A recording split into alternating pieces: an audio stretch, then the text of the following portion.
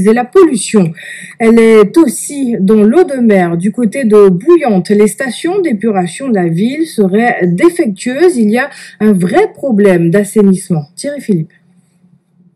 L'assainissement à Bouillante entame une phase critique. Les canalisations sont fatiguées, les stations d'épuration n'en peuvent plus.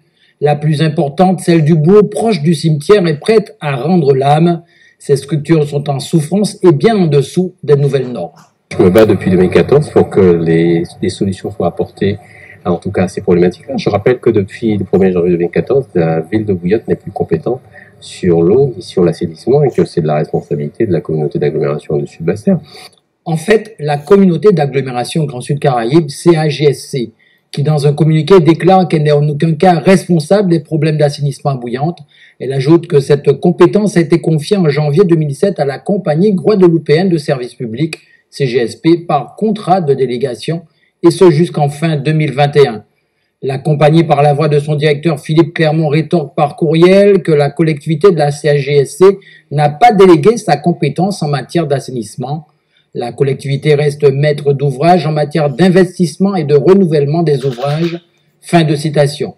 Qui devra donc se charger de la remise en état du poste de relevage de l'anse à sable et des stations d'épuration en piteux état. En attendant la réponse, l'environnement continue de se détériorer.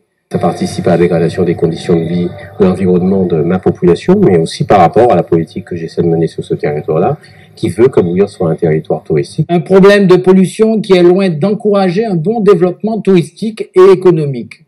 Les sujets récurrents qui remontent de mes touristes, ce sont